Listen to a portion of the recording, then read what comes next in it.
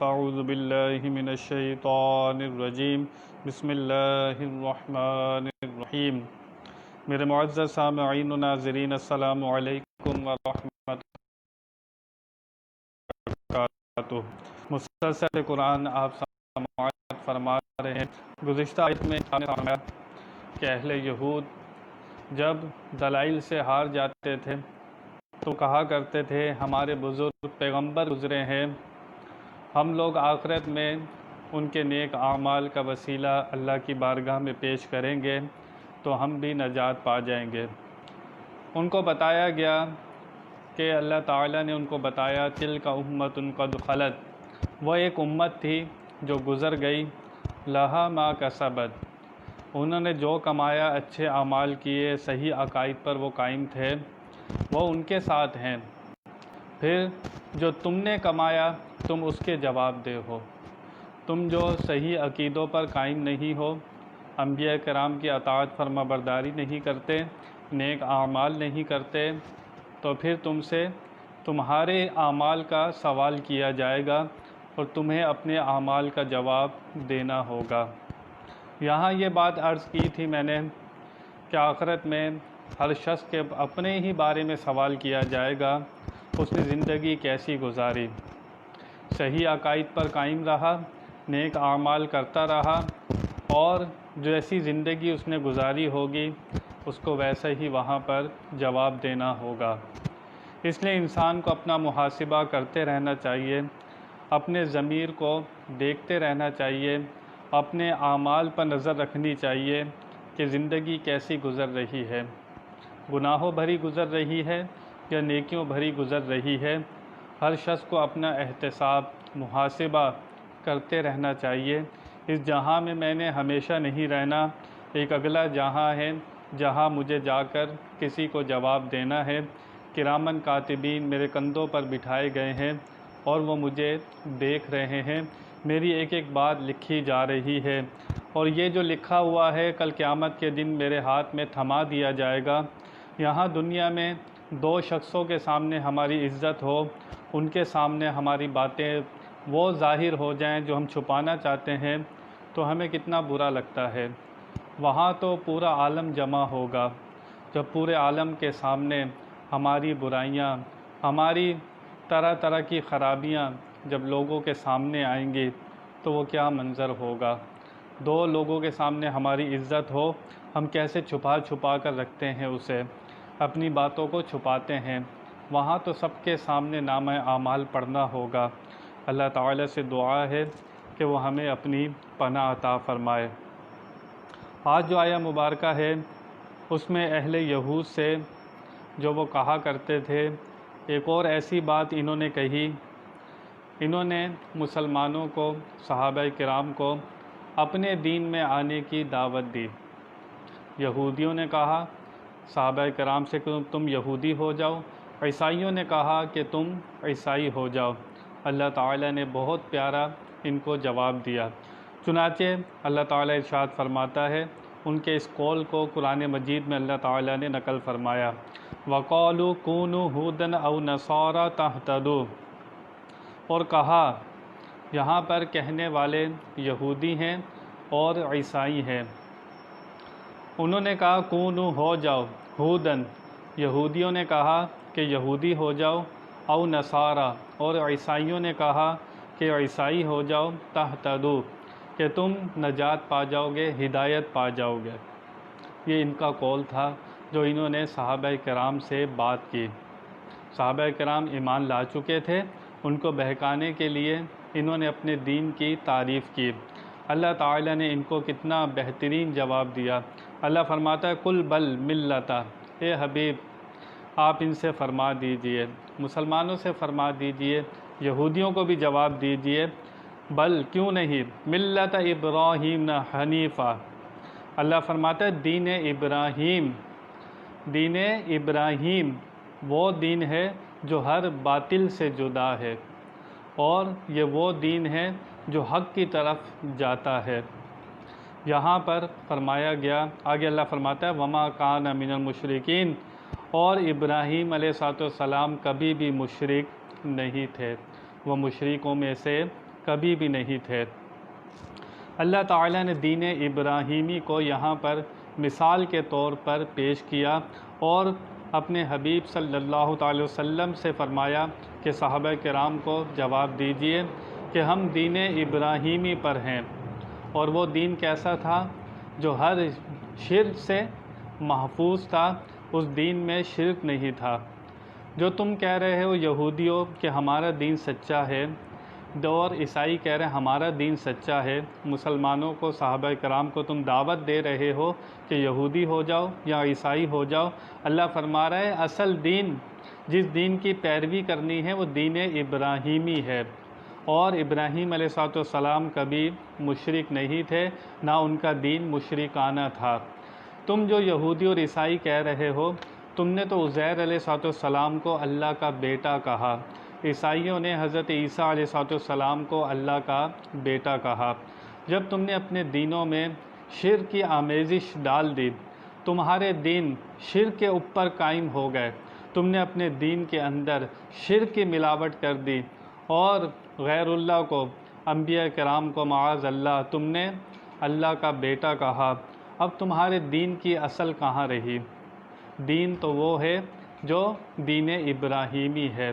اصل اور سچا دین اسی کا ہوگا جو دین ابراہیمی کی پیروی کرتا ہوگا، وہی نجات پائے گا، اس کے علاوہ کوئی نجات نہیں پا سکتا۔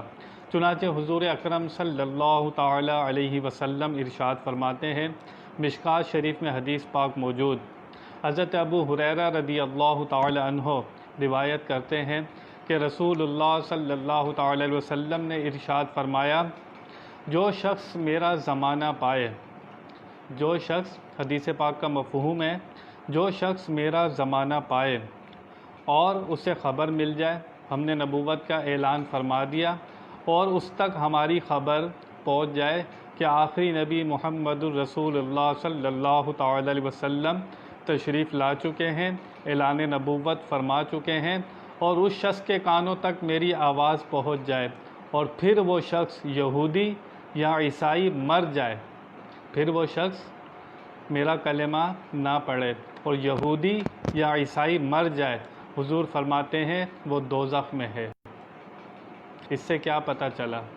جو حضور کا زمانہ پالے، وہ کسی بھی مذہب پر قائم ہو، پھر وہ جنت میں نہیں جا سکتا جب تک وہ ہمارے نبی پاک صلی اللہ تعالی وسلم کا کلمہ نہ پڑھ دے۔ بالکل واضح حدیث پاک مشکوٰۃ شریف میں، صحیح ستہ کی مشہور کتاب، اس میں موجود ہے، اور روایت کرنے والے بھی حضرت ابو ہریرہ۔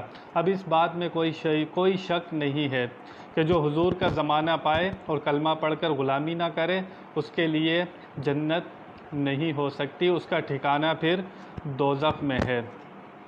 یہاں پر دعوت دے رہے تھے، چنانچہ اس آیہ مبارکہ کا شان نزول، حضرت عبداللہ ابن عباس فرماتے ہیں کہ ایک بار یہود کے سرداروں نے مسلمانوں سے کہا تھا کہ موسیٰ علیہ السلام سب سے افضل ہیں، ان کی کتاب تورات تمام کتاب سے اعلیٰ، اور یہودی دین تمام دینوں سے بڑھ کر، اور قرآن شریف اور انجیل کا انکار کرتے ہوئے انہیں یہودی بننے کی رغبت دی۔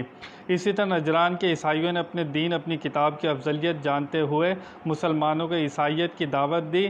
ان دونوں کے جواب میں یہ آیہ کریمہ نازل ہوئی۔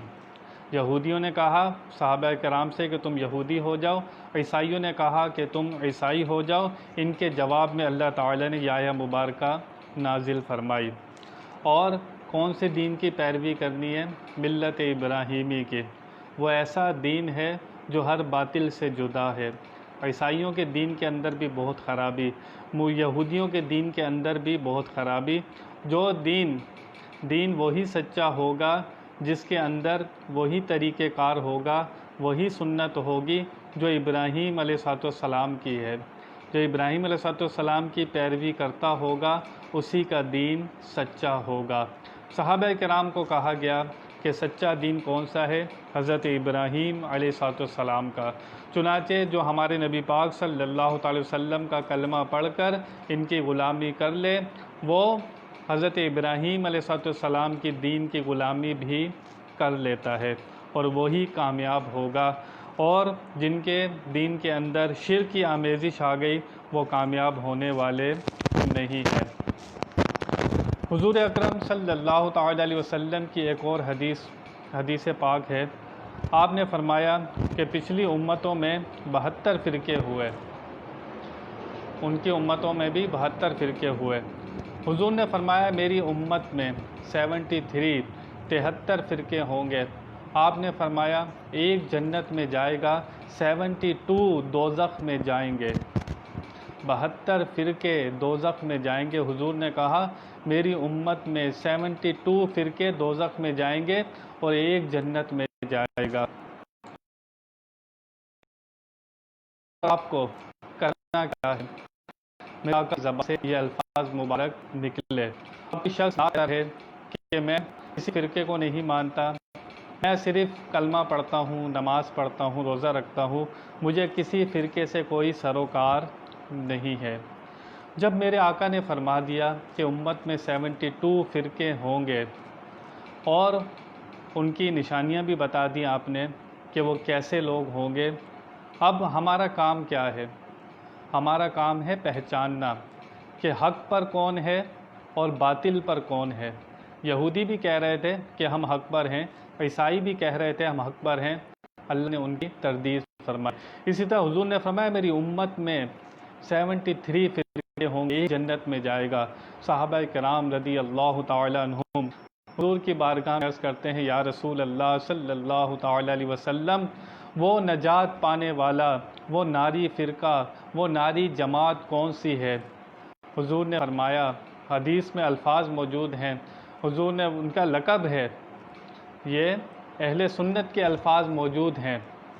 حضور نے فرمایا جو میرے اور میرے صحابہ کے طریقے پر ہوگا، جو میرے اور میرے صحابہ کے طریقے پر ہوگا۔ آپ سب فرقوں کے اندر دیکھیے، آپ کو کوئی نہ کوئی کہیں نہ کہیں آپ کو گستاخ ملے گا۔ کسی فرقے میں آپ دیکھیں گے کوئی نبی کی گستاخی کرتا ہے، کسی فرقے میں دیکھیں گے کوئی صحابہ کی گستاخی کرتا ہے، کسی فرقے میں آپ دیکھیں گے کوئی اہل بیت کی گستاخی کرتا ہے، آپ کسی فرقے میں دیکھیں گے کہ اولیاء اللہ جو اللہ کے ولی ہوتے ہیں ان کے بارے میں کچھ لوگ بہت الٹی سیدھی باتیں کرتے ہیں۔ کہنے کا مقصد یہ کہ ہر فرقے کے اندر آپ دیکھیں گے کہ کوئی نہ کوئی گستاخی کا پہلو آپ کو ملے گا، لیکن اہل سنت و جماعت جس کو سنی اور بریلوی بھی کہا جاتا ہے، ہماری تاریخ اٹھائیے پوری 1400 سال کی، پورے گزر گئے، آپ دیکھیں آپ کو پورا ایک سلسلہ ملے گا، ہمارا سلسلہ کہیں منقطع نہیں ہے۔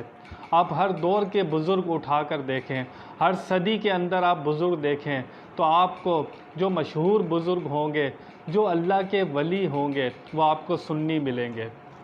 آپ داتا صاحب کو دیکھیے، آپ کو کتنے سال ہو گئے ہیں؟ داتا صاحب کتنے پرانے بزرگ، عبداللہ شاہ غازی کو دیکھیے، غوث اعظم کو دیکھیے، آپ کو سارے سنی ملیں گے، سارے اہل سنت و جماعت میں ملیں گے، سارے اللہ کے ولی۔ اور اہل سنت و جماعت کے سب سے سچے ہونے کی دلیل کیا ہے؟ جو ایسی دلیل ہے کہ کوئی اس کا جواب نہیں دے سکتا۔ آپ 72 فرقے جتنے ہیں سارے اٹھائیے، سارے کھنگالیے، سب میں دیکھیے، آپ کو کوئی اللہ کا ولی نہیں ملے گا، آپ کو کوئی اللہ کا ولی نہیں ملے گا۔ اور جماعت کے سب سے بڑے حق ہونے کی دلیل یہی ہے کہ اس کے اندر اللہ کے ولی موجود ہوتے ہیں۔ اللہ تعالیٰ اپنے دشمنوں میں جو فرقہ حق پر نہ ہو اس میں اللہ تعالیٰ اپنا دوست کسی کو نہیں بناتا۔ ولی کے معنی ہوتے ہیں دوست، تو دوست کون بنتا ہے؟ جو صحیح عقیدوں پر قائم ہوتا ہے اور جس کے اعمال بھی صحیح ہوتے ہیں اور عقیدے بھی صحیح ہوتے ہیں، وہی اللہ کا دوست بنتا ہے۔ 72 فرقوں میں آپ کھنگال لیجئے، آپ کو اللہ کا ولی نہیں ملے گا، اور ولایت انعام ہوتی ہے۔ ہمارے سچے ہونے کی سب سے بڑی دلیل یہی ہے، ہمارے 1400 سال کے جتنے بزرگ ہیں، اولیاء اللہ ہیں، ان کی تاریخ دیکھیے، ان کے آپ عقیدے دیکھیے، آپ کو اہل سنت و جماعت کے ملیں گے۔ ان کے اندر میں سارے وہی عقیدے ہوں گے جو آج اہل سنت و جماعت کے ہیں۔